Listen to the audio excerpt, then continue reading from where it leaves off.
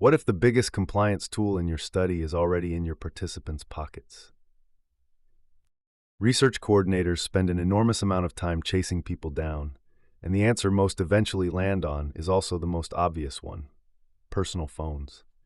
Text messages are opened and read within 3 minutes by 90% of recipients, and participants already use their phones to manage every other detail of their daily lives.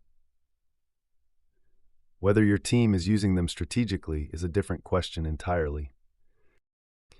I've noticed that most teams think they're covered because they send the occasional reminder text.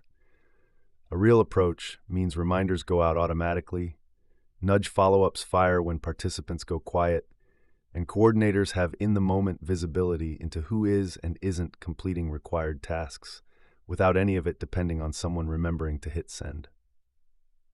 Personalization is what keeps participants engaged rather than ignoring your messages.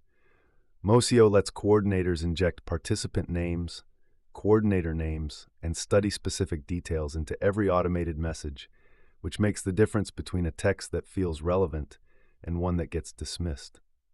For appointment adherence specifically, a structured reminder cadence covering days before, the day before, and the morning of can dramatically reduce no-shows without adding anything to your team's workload.